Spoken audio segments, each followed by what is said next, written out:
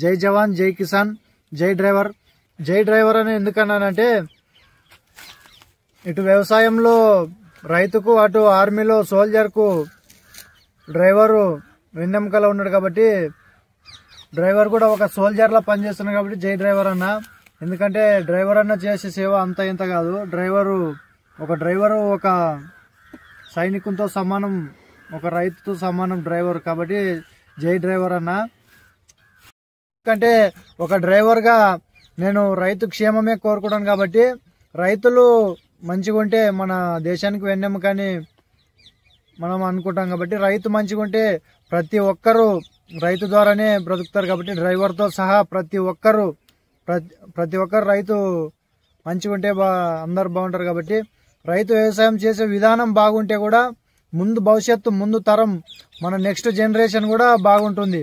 ఎందుకంటే మన next generation బాగుండాలంటే మనం మన ఫర్టిలైజర్లు వాటిని మన భూమికి మనం అంటిపెట్టినాం కాబట్టి ఈ ఫర్టిలైజర్లు అనే మందులు మనం కొన్ని రోజులు మాత్రమే పనిచేస్తావు. అవి మనం కొన్ని రోజులు పంట బాగా రావడం చూసి వాటికి అడిక్ట్ అయిపోయినాం. అలా అడిక్ట్ కావడం వల్ల మన భూమి సహజంగా ఉండే తత్వం కోల్పోయింది.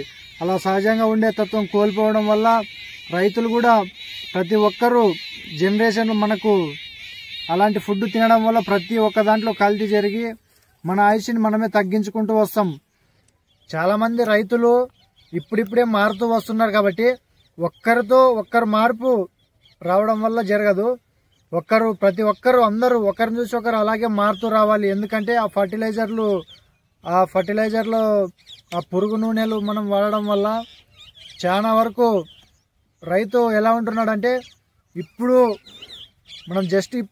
మందు పిచికారీ చేసి ఒక గంటలో మనకు రిజల్ట్ కావాలనుకుంటున్నాం.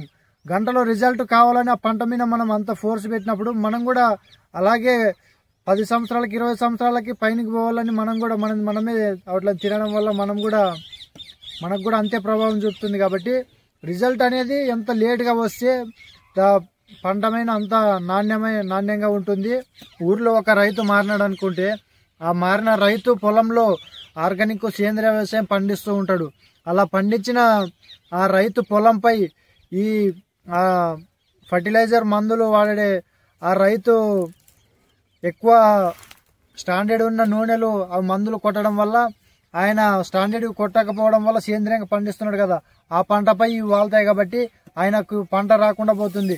అలాగే ఒక వరుసలో మనం వ్యవసాయం చేస్తే ఆ వరుస మొత్తం రైతులు సేంద్రియ వ్యవసాయం చేస్తే పంట మంచిగా వస్తుంది. ఒక్కరు చేసినంత మాత్రాన రాదు. వాళ్ళని చూసి పంట రాలేదనుకోకండి.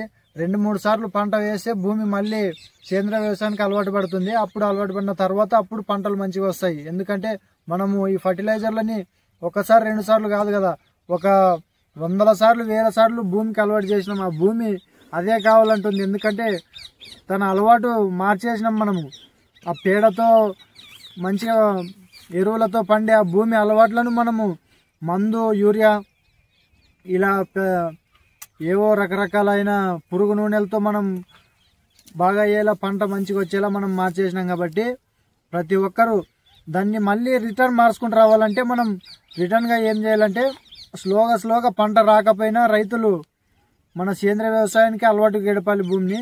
అప్పుడైతే మనం నెక్స్ట్ జనరేషన్కి మన వంతు కనీసం సహాయపడినట్టు ఉంటుంది. ఎందుకంటే హాస్పిటల్ పాలు కాకుండా రైతులు ఉండాలన్నదే నా ఈ వీడియో యొక్క ఉద్దేశం. ఎందుకంటే హాస్పిటల్కి చూస్తున్నాం, ఇప్పుడు వారం గడుస్తుందో లేదో హాస్పిటల్ చుట్టూ తిరుగుతున్నారు.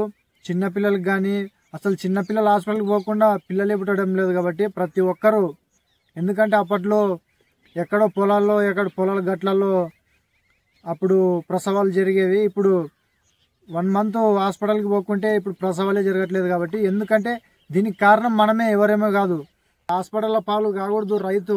ఎందుకంటే హాస్పిటల్కి వెళ్తే మాత్రం 1000 కావచ్చు, లక్షలు కావచ్చు, ఆ లక్షలు కూడా సరిపోకపోవచ్చు. కాబట్టి ప్రతి ఒక్కరూ అలా కాకుండా మనం దయచేసి సేంద్రియ వ్యవసాయానికి అలవాటు పడాలని కోరుకుంటున్నా. జై హింద్.